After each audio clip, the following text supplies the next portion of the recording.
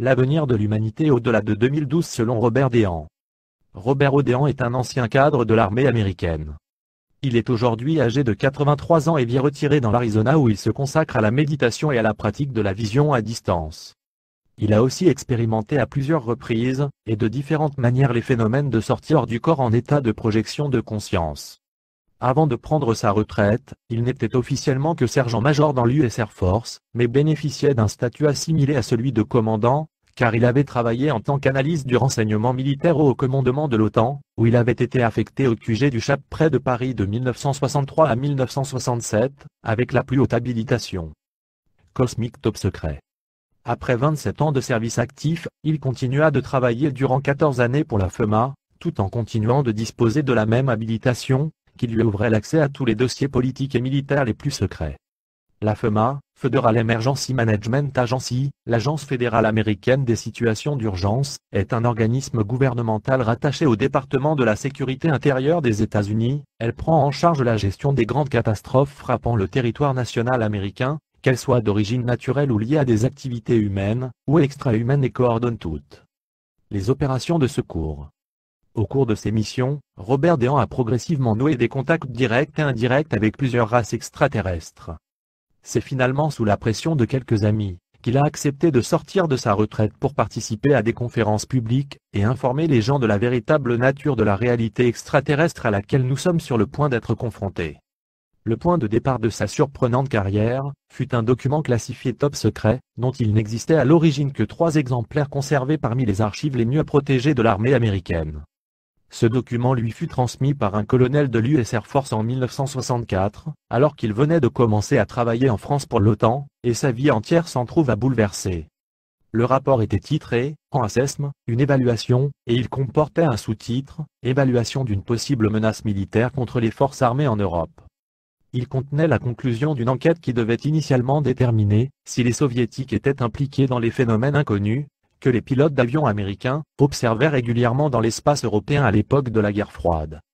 Il confirmait que d'immenses objets cylindriques non identifiés parcouraient régulièrement le ciel européen, mais qu'ils étaient manifestement pilotés par des formes d'intelligence n'appartenant pas au monde terrestre. Le rapport affirmait qu'il s'agissait de missions d'observation d'origine extraplanétaire, que plusieurs civilisations d'extraterrestres étaient impliquées dans ces missions, et que ces êtres étaient présents au-dessus de nos têtes et même parmi nous depuis des centaines d'années. Il mettait l'accent sur le fait que la plupart n'étaient pas hostiles, parce qu'en raison de leur supériorité technologique, ils auraient facilement pu anéantir l'ensemble de l'humanité en une fraction de seconde, s'ils en avaient eu l'intention, et qu'au moins l'une des races auxquelles ils appartenaient, avait été identifiée comme originaire d'une autre dimension. 4 races principales d'extraterrestres avaient été identifiées visuellement, et étaient mentionnées dans le rapport.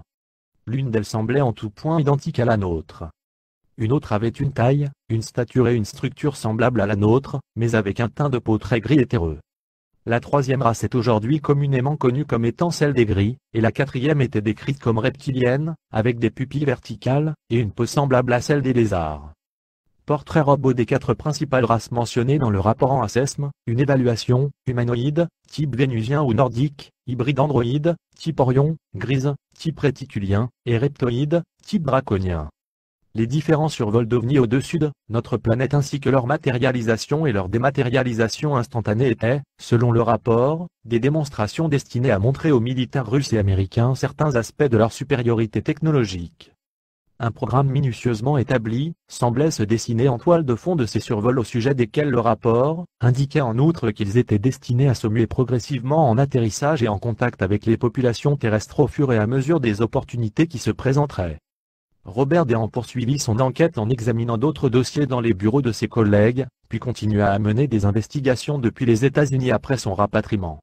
Au fil des années, il a réussi à établir des contacts avec des êtres à l'aspect humain, qui lui ont confirmé leur appartenance à d'autres dimensions. Il a plusieurs fois expliqué qu'à leurs yeux nous sommes des créatures primitives, barbares et sous-évoluées.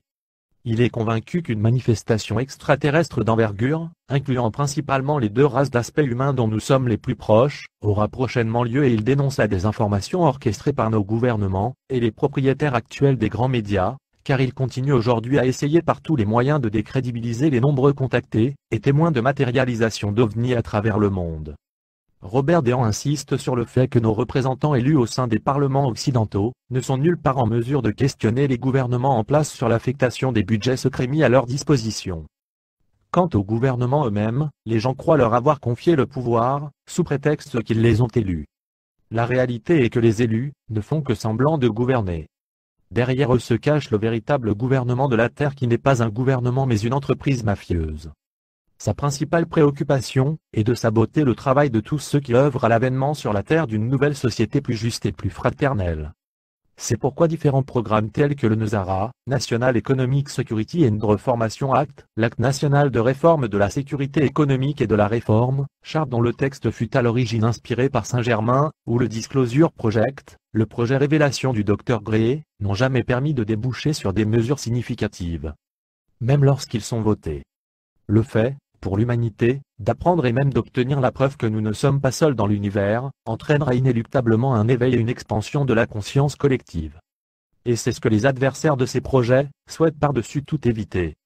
Ils ont décidé de se maintenir coûte que coûte au pouvoir et de continuer à contrôler notre monde, et pour y parvenir, ils cherchent à maintenir aussi longtemps que possible les gens dans l'ignorance de leur existence et de leur sombre manipulation. Heureusement, les temps changent et les langues commencent enfin à se délier.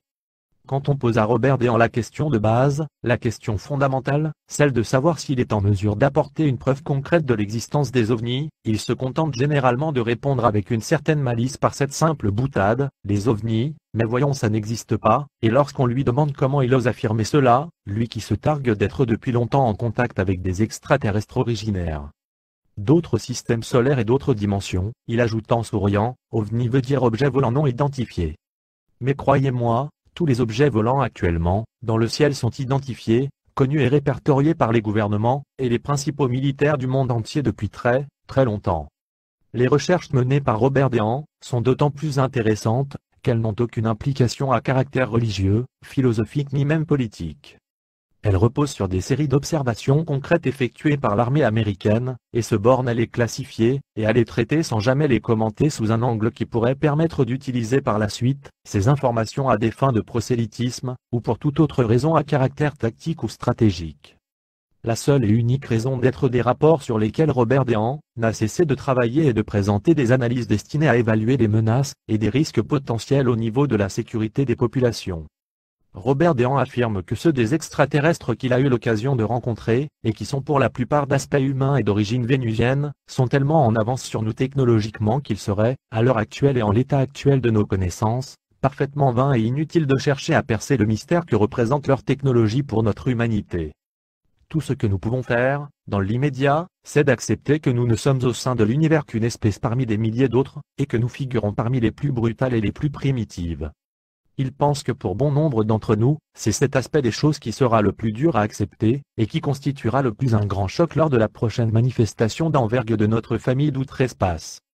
Nous avons récemment découvert l'existence de nombreuses exoplanètes où la vie physique est possible, et nous sommes de plus en plus nombreux à accepter l'idée que nous ne soyons pas seuls dans l'univers. Mais qui acceptera l'idée que nous comptions parmi les créatures, les moins évoluées et les plus arriérées de notre galaxie? Sans doute une poignée d'entre nous, guère plus. C'est pourtant par l'apprentissage de l'humilité que le nouveau monde nous dévoilera ses portes. Nos frères et sœurs de l'espace nous montreront alors le chemin pour y parvenir, et pour connaître l'âge d'or qui nous est promis. Actuellement, plus un jour ne s'écoule sans que nos médias nous bombardent d'informations et de rumeurs catastrophistes à propos de l'échéance du 21 décembre 2012. Mais en quoi la fin de notre monde arriéré, décadent et cruel devrait-elle nous alarmer? La réalité que nous vivons aujourd'hui, est-elle à ce point merveilleuse et paradisiaque que nous ayons tellement peur d'en changer? Voici ce que dit Robert Déhan à propos des événements qui se préparent et qui vraisemblablement débuteront à la fin de l'année 2012. 2012 ne marquera pas la fin de quoi que ce soit. C'est simplement le début d'autre chose. Cette date impliquera une phase de préparation dès les prochaines semaines, qui sera marquée par des contacts majeurs. Je dis bien, majeurs. Les survols, ces sortes de démonstrations d'exhibition d'ovnis, auxquelles vous avez tous assisté, ne serait-ce qu'à travers des vidéos enregistrées par des témoins directs, vont petit à petit augmenter en fréquence, et d'ici la fin de l'année, et j'espère être encore là à cette date, j'anticipe que nous aurons le contact massif, que nous soyons prêts ou non, que nous le voulions ou non. À ce moment, nous serons tellement prêts à nous entre-détruire non seulement avec des armes thermonucléaires, mais avec des armes classiques, dans nos villes comme dans nos campagnes, qu'ils vont faire éruption dans notre zoo, mettre les orang-outans d'un côté, les babouins, les chimpanzés de l'autre, et ils vont nous dire, voilà, c'est le moment de se réveiller, de grandir. Et ce sera le jour de l'examen. J'ai toujours pensé que j'étais une sorte d'étranger sur cette planète. Mais j'ai une relation d'amour avec la race humaine. C'est une race bizarre mais belle et qui a un futur. Elle est unique. Il viendra un moment où nous irons là-haut, pour y retrouver notre place prédestinée, là où tout a commencé, c'est-à-dire notre maison dans l'espace, et ça, c'est quelque chose que je ressens en moi, comme une certitude mathématique. Vous savez, la planète Terre est connue dans la galaxie, comme étant la plus dure pour l'âme. Donc, ce n'est pas rien de venir ici, et ce n'est pas pour rien que l'on y vient. J'ai été témoin du pur enfer, j'ai vécu 2 guerres, 3 mariages, j'ai élevé 2 enfants et j'en ai perdu un qui s'est suicidé, et j'ai eu de nombreux contacts. J'ai été enlevé, mais je ne le perçois pas comme un enlèvement, mais comme une invitation. J'ai été à bord de plusieurs vaisseaux à plusieurs reprises. Et laissez-moi vous dire la profondeur de la culture et de la civilisation que j'ai, vu quand je me retourne et que je vois cette boue dans laquelle nous vivons parfois, ces atrocités, tout cela me rend triste, mais heureusement, je pense encore à tout ce qui peut arriver. Je sais que 2012 marquera pour notre humanité, le début d'un nouveau commencement. Et ce nouveau commencement comportera 3 étapes. La première sera la prise de conscience de l'ensemble des habitants de notre planète qu'il existe d'autres mondes que le nôtre. Puis la seconde phase arrivera, et nous serons alors très proches de la révélation. Dans cette seconde phase, on trouvera des preuves de l'existence de civilisations extraterrestres, qui viennent de planètes qui n'existent plus vraiment. Des scientifiques pourront revenir en disant, il y avait de la vie sur Mars, il y avait une civilisation très avancée, mais elle n'existe plus. Et cela constituera un choc majeur pour les gens. Et enfin, très peu de temps après cette phase, il y en aura une troisième qui dira, ils sont toujours là, le plus important est de vivre sans crainte. Vous ne pouvez vivre si vous craignez la mort. Par conséquent, il est capital de comprendre que l'on est une âme éternelle. En réalité, il n'y a pas de passé, de présent et de futur, car d'un certain point de vue, du point de vue de la réalité que nous allons bientôt découvrir, tout arrive simultanément, passé, présent à venir, vie actuelle, vie antérieure, vie future. Une autre réalité est possible. Un peu avant la fin de l'Atlantide, nos frères et sœurs de l'espace avaient déjà atterri à bord de leur vaisseau interstellaire et tous les humains consacrés à la sagesse et à l'amour qui étaient venus sur la Terre, et qui avaient mis tous leurs efforts pour élever la conscience planétaire, avaient été invités à embarquer. Plusieurs d'entre nous étaient déjà présents à cette époque. Leurs âmes ont conservé intact le souvenir de la joie que leur avait apporté l'évacuation. D'autres se souviennent de la pénible décision qu'ils prirent de rester en arrière pour servir ceux qui allaient devoir faire face à l'implacable choc en retour du karma qu'ils avaient contracté. La plupart de ces âmes nobles et généreuses continuent, aujourd'hui encore, à se débattre pour l'ascension de la Terre et de l'humanité. Les conditions actuelles sont très similaires à celles des temps Atlantes. Encore une fois, la conscience collective a évolué à un plus haut niveau. Et à nouveau, les représentants de la Confédération Galactique sont là pour assister l'humanité dans sa période de transition. Des ponts sont déjà établis entre notre famille galactique et tous ceux d'entre nous qui aspirent au changement avec un esprit ouvert. Toute l'information technologique et spirituelle nécessaire à l'avènement de l'ère nouvelle est désormais disponible et accessible à chacun d'entre nous. Il suffit de le vouloir. Tout comme à l'époque Atlante, la Terre a une nouvelle opportunité de réaliser son potentiel glorieux. Dans un futur très proche, les vaisseaux de l'espace pourront aller et venir, sans que plus personne ne s'en inquiète. Les vaisseaux de l'espace pourront bientôt aller et venir, sans que plus personne ne s'en inquiète.